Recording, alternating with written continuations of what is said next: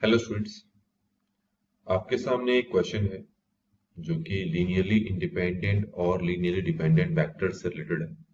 आपको यहाँ पर तीन सेट दे रखे हैं किसी वेक्टर स्पेस के और आपसे कहा है कि पता करो कि ये लीनियरली इंडिपेंडेंट है या लीनियरली डिपेंडेंट।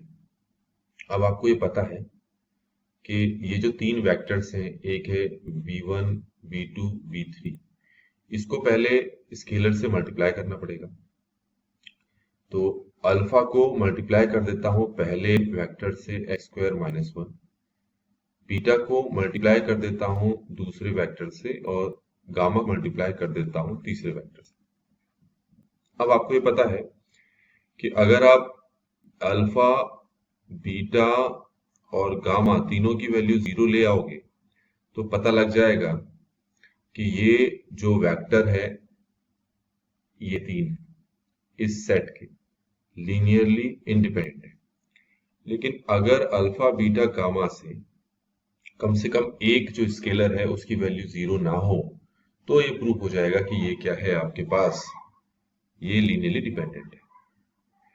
तो एक तरीका तो ये है, ठीक है। तो पहले हम यही करते हैं, मैं अल्फा को मल्टीप्लाई कर देता हूं तो ये alpha square minus alpha plus beta x plus beta plus gamma x minus gamma equal to zero. अब आपको पता है ये जो जीरो लिखा है इसको हम ऐसे लिख सकते हैं, zero x square zero x plus zero. अब दोनों तरफ अगर मैं एक्स स्क्वायर के कोफिशिएंट्स को इक्वेट करूंगा तो आप देख सकते हैं कि अल्फा जो है वो जीरो के इक्वल आ रहा है और एक्स के कोफिशिएंट को इक्वेट करूंगा तो बीटा प्लस गामा जीरो आ रहा है और कांस्टेंट टर्म्स को इक्वेट करूंगा तो minus alpha minus gamma zero के इक्वल आ रहा है।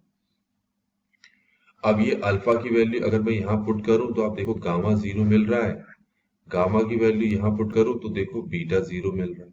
इस तरीके से अल्फा, बीटा, गामा तीनों के तीनों जीरो आ गए हैं तो हमें पता लगता है कि ये जो सेट है, ये जिन वेक्टर्स का सेट है, ये वेक्टर्स आपके लीनियरली इंडिपेंडेंट है। इसी तरीके से हमारे पास ये जो दूसरा सेट है इसमें भी वेक्टर्स हैं, इसको भी इसी तरीके से करना है। इसमें भी जो आपके पास स्केलर आएंगे आपको उन्हें जीरो के इक्वल अगर आ जाते हैं तब तो वो आपके पता ही क्या होंगे। चलिए करके देखते हैं तभी हमें पता लगेगा। तो सबसे पहले अल्फा वन को, जो पहला आपका वेक्टर है, वन प्लस एक्स से मल्टीप्लाई करते हैं। अल्फा टू को एक्स प्लस एक्स स्क्वायर से करते हैं। अल्फा थ्री को x square plus x three से करेंगे। अल्फा फोर को x three plus x four से करेंगे और अल्फा फाइव को एक्स फोर माइनस वन से करेंगे इक्वल टू जीरो। अभी जो इक्वल टू जीरो है इसकी जगह हम लिख सकते हैं zero multiply x four plus zero multiply x three plus zero multiply x square plus zero multiply x plus zero. अब दोनों तरफ हमें क्या करना है, एक्स फोर के कोफिशिएंट्स, एक्स थ्री के coefficient, x square coefficient, x के कोफिशिएंट और कांस्टेंट टर्म इनको इक्वेट करना है।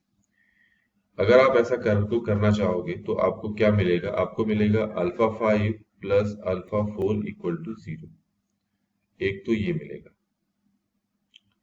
हाँ, अल्फा फाइव गलत लिख दिया ये हाँ, अल्फा, हाँ, alpha five plus alpha four zero के इक्वल मिलेगा। साथ में मिलेगा alpha four plus alpha three zero के इक्वल, आप खुद करके देखेंगे। फिर मिलेगा alpha three plus alpha two equal to zero. फिर मिलेगा alpha two plus alpha one equal to zero और फिर मिलेगा आपको अल्फा फोर माइनस, गड़बड़ मिल रही है, हाँ, ये मिलेगा alpha one minus alpha five equal to zero. अब मैं क्या करता हूँ, इनको सॉल्व करता हूँ। देखो पहली और लास्ट इक्वेशन को अगर ऐड करूंगा मैं तो मुझे मिल जाएगा alpha one plus alpha four equal to zero. ठीक हो गया। ऐसे ही इसको और इसको अगर मैं सॉल्व करता हूं, दोनों को सब्ट्रैक्ट कर देता हूं तो मुझे मिल जाता है, यहाँ पर क्या मिलेगा, मुझे मिलेगा alpha three minus alpha one equal to zero. एक इक्वेशन ये मिलेगी, ठीक है। इसको इसके साथ सॉल्व करूंगा, सब्ट्रैक्ट तो मुझे मिलेगा alpha 1 plus alpha 2 equal to 0। इसको इसके साथ मैं क्या करूंगा, अब ये देखो, ये और ये सेम इक्वेशन आ गई है ना। तो सेम इक्वेशन आ गई है, तो अब इसका मतलब है कि अल्फा 1 प्लस अल्फा 2 0 के इक्वल है। तो 0 के इक्वल है, तो इस केस में हमें अल्फा 1 और अल्फा 2 की कोई भी फिक्स वैल्यू तो मिलेगी नहीं। तो जब हमें किसी भी स्केलर की फिक्स वैल्यू जब मिल ही नहीं रही है, तो ऐसे केस में हम ये कहेंगे कि ये जो वेक्टर है ये लीनियरली डिपेंडेंट है। ऊपर वाले केस की तरह, पहले वाले केस की तरह स्ट्रेट फॉरवर्ड हमें स्केलर की वैल्यू मिल जानी चाहिए, जो कि नहीं मिल रही है। ऐसे ही हम इसको भी करते हैं। एक बार आप खुद करके देखेंगे और चेक करेंगे कि आपके पास जो स्केलर्स है उनकी वैल्यू 0 आ रही है या नहीं आ रही। तो इस तरीके से बच्चों ये क्वेश्चन कंप्लीट कर लिया। ये लीनियरली इंडिपेंडेंट आ रहा है, ये लीनियरली डिपेंडेंट आ रहा है, इसको आपको खुद चेक करना है।